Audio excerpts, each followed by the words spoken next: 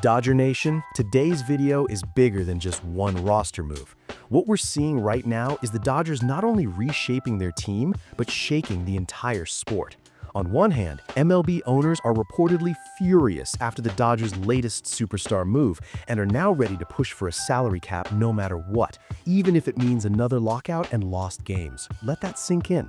The Dodgers are winning so aggressively, spending so intelligently that ownership across baseball wants to change the rules of the league.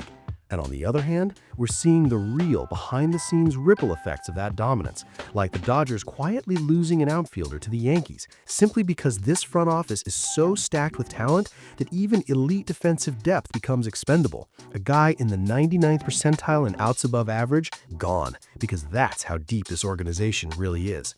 So today we're connecting the dots. How the Dodgers' roster construction, deferred money strategy, and constant pressure to win championships are directly fueling labor tension across MLB, and why even certain moves tell a much bigger story about where this franchise is headed and why other teams are scrambling to keep up. If you love the Dodgers, if you care about the future of baseball, this conversation matters. Before we dive in, make sure to smash that like button, subscribe to the channel, and help us hit our goal of 12,000 subscribers.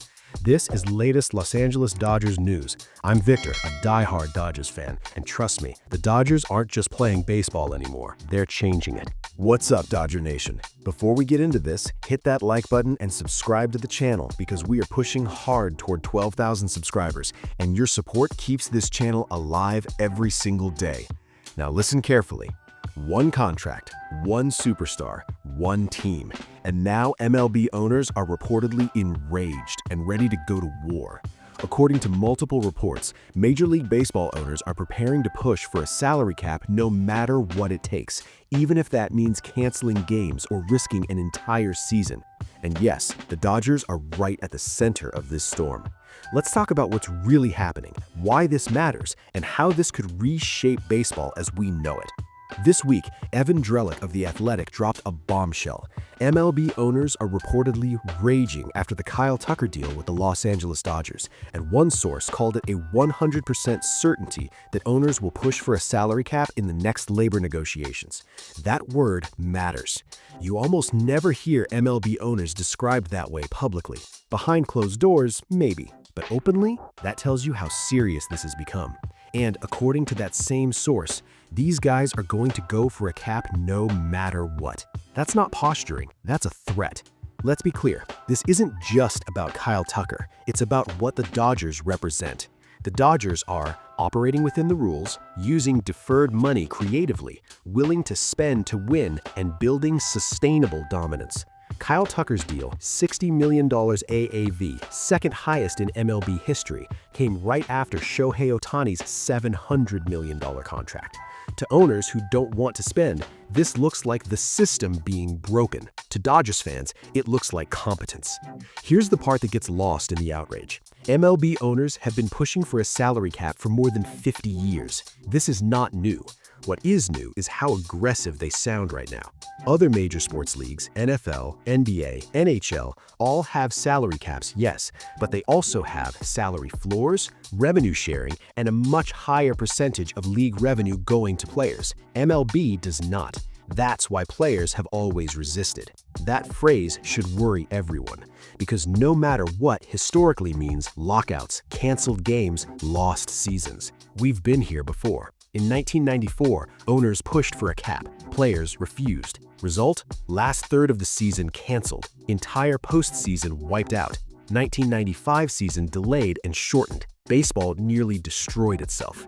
The current collective bargaining agreement expires on December 1st, 2026, and there is zero doubt owners will lock out the players. The only question is how long. Owners are already discussing a salary ceiling, a salary floor, and how much pain smaller market teams are willing to endure. Ironically, a salary cap would instantly raise the value of all 30 franchises. That's the real incentive. Here's the wild part. It only takes 8 owners to block a labor deal, but players, they've shown repeatedly they're willing to miss games to avoid a cap. Even recently, in 2021-22, we came dangerously close to losing the entire season. MLB literally canceled games and then magically uncanceled them at the last minute to preserve a 162-game schedule.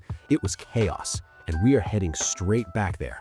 Let's not dance around it. If the Dodgers weren't this aggressive, if they weren't this smart, if they weren't this committed to winning, we wouldn't be having this conversation.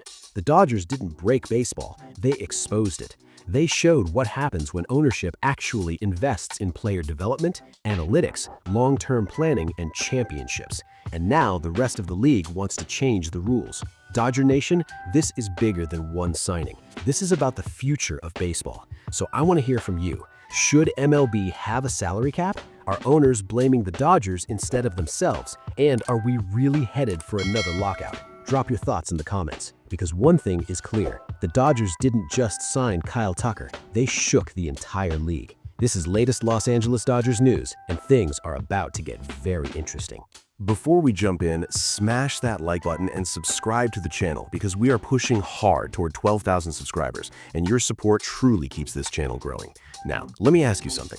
Have you ever seen a player change teams 3 times in one offseason, get claimed off waivers, and somehow end up with the New York Yankees? That just happened, and it involved the Dodgers. The Yankees have claimed Michael Ciani off waivers from LA just days after the Dodgers designated him for assignment. So what does this really mean?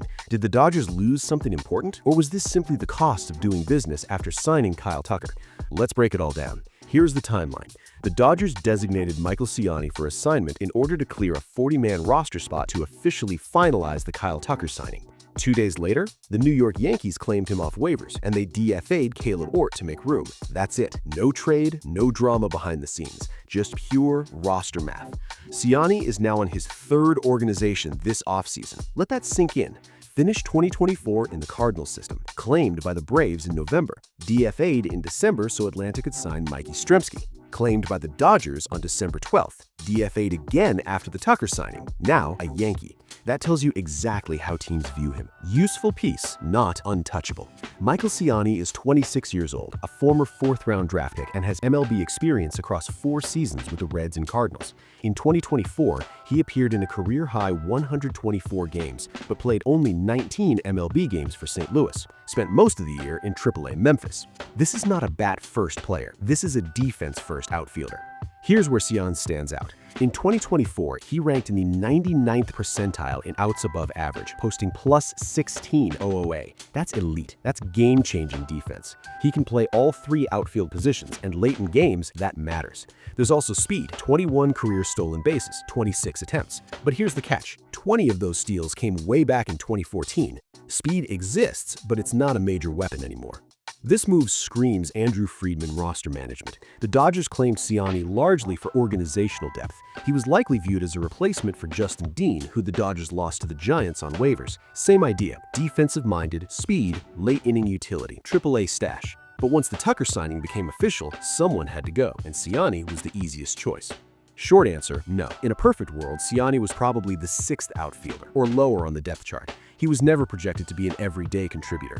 Last season, even Justin Dean's postseason role came down to circumstance, not long-term plans. He was almost exclusively a late-game defensive replacement. The Dodgers still have options. A few names to watch. Alex Call remains with the Dodgers and can fill a similar defensive role. Kike Hernandez, if re-signed, instantly becomes that guy and then some. Between versatility, experience, and postseason trust, Kike alone covers everything Ciani provided and more. Here's the reality, Dodger Nation. When you sign superstars like Shohei Ohtani, Kyle Tucker, you lose fringe depth pieces. That's the trade-off. Michael Ciani was valuable organizational insurance, but not a core piece. And Andrew Friedman is elite at rebuilding depth on the fly. The Dodgers will find another Ciani-type player. They always do. So no, this isn't a loss to panic over. The Yankees got a strong defensive outfielder with options left. The Dodgers got Kyle Tucker. I'll take that deal every single time. Now I want to hear from you. Did the Dodgers make the right call letting Ciani go? Should they add another defense-first outfielder? And are you worried at all about outfield depth? Drop your thoughts in the comments. And if you enjoyed this breakdown, hit that like button, subscribe to the channel, and help us reach 12,000 subscribers. This is latest Los Angeles Dodgers news, and the Dodgers are still playing chess while the rest of the league plays checkers.